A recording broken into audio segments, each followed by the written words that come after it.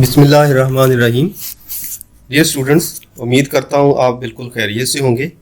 आज का हमारा लेक्चर जो है वो पेज लेआउट पर मुश्तमिल होगा, जिसमें हम लोग सीखेंगे page margin, orientation, size, columns, breaks, line number और हाइफनेशन।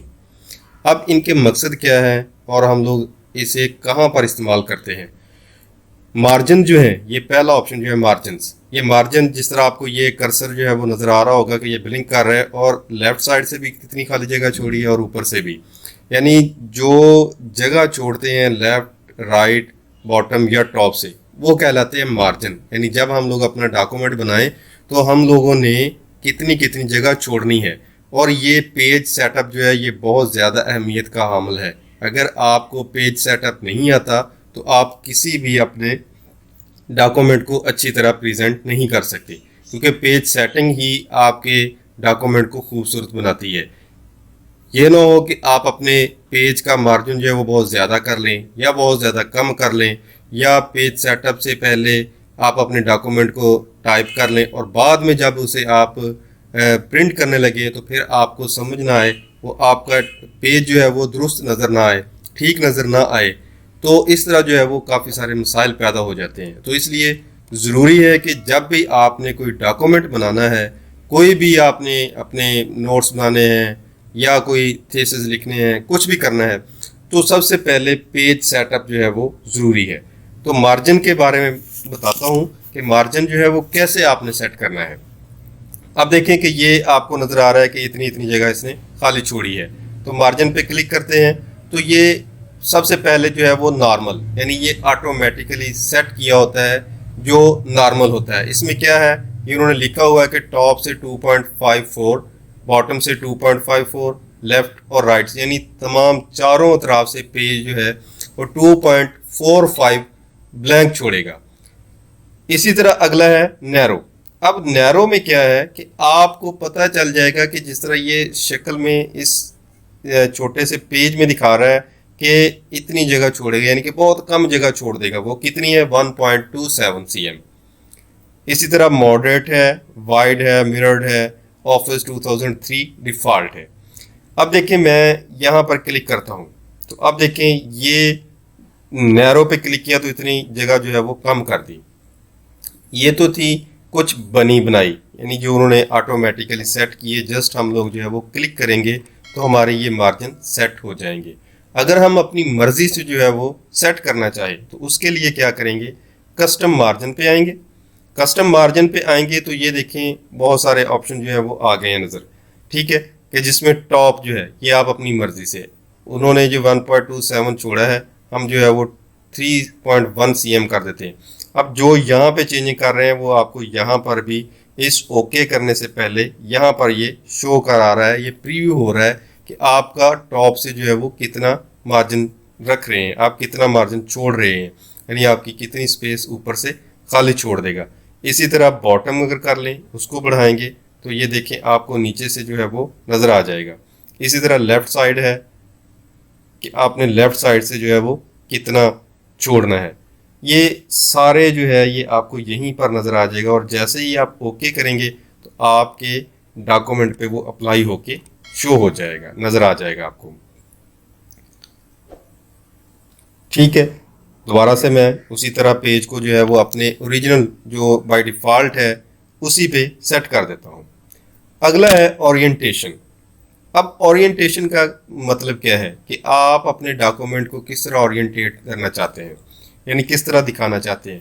तो बाज़ औक़ात जो है वो अक्सर नोट्स वगैरह जब बनाते हैं तो हम लोग वो पेज जो है वो नीचे की तरफ लंबा होता है, लेकिन अगर आपको कोई परफॉर्मा बनाना पड़ जाए कि जो लंबाई के रुख हो, पेज जो है वो हम लोग जो उसकी लेंथ दूसरी तरफ रखना चाह रहे हो, तो फिर उसके लिए मसला बनता है कि जिस तरह देखें कि हमारा पेज जो है ये आपको नज़र आ रहा होगा। इसका मैंने जूम किया थोड़ा 50% ताकि आपको ये पैरा जो है, पेज जो है वो ज़रा वाज़ह नज़र आए, यानी कि ये नीचे की तरफ लंबाई के रुख है।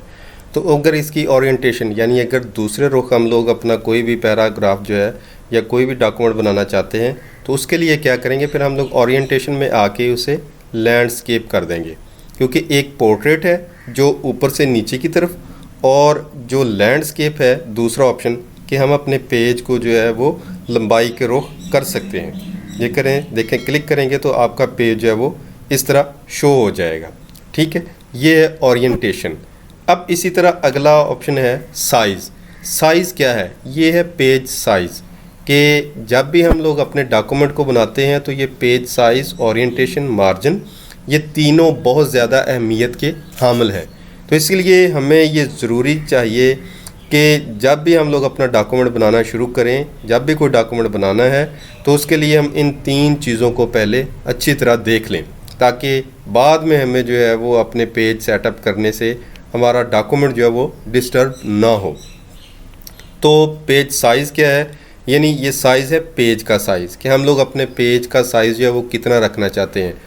तो आप लोगों ने देखा होगा कि बाज़ औक़ात पेज जो है वो बड़े होते हैं और कुछ पेज छोटे होते हैं, तो वो यहीं से हम लोग जो है वो सेटिंग करते हैं।